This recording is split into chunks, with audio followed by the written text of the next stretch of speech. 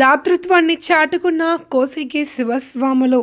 కర్నూలు జిల్లా కోసిగి కడపాలెం వీధిలో నివాసముంటున్న నిరుపేద కుటుంబం రెక్కడితే గాని డొక్కాడని కైతాలం నాగరాజు పార్వతి దంపతుల కుటుంబం.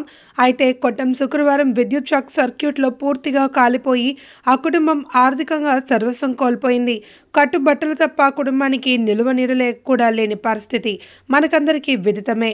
అయితే శనివారం బాధిత కుటుంబానికి కోసిగికి చెందిన శివస్వాములు తమకు తోచిన 50 కేజీల బియ్యం, 1000 రూపాయల నగదు, 2 జతల దుస్తులు, దుప్పట్లు, వంట సామాగ్రి, కిరాణా, పిల్లలకు పుస్తకాలు, పలకలు అందచేసి చేయూతనందించారు.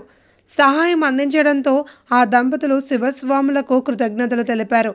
కాగా ఎవరైనా దాతలు ముందుకొచ్చి ప్రస్తుత అవసరమైన నిత్యావసర వస్తువులు, వంట సామాగ్రి, బట్టలు లాంటివి దాతలు అందించాలి. అయితే గ్రామంలో ప్రజలు ఆ కుటుంబానికి ప్రభుత్వ సహాయం అందించి ఆదుకోవాలి అని కోరారు.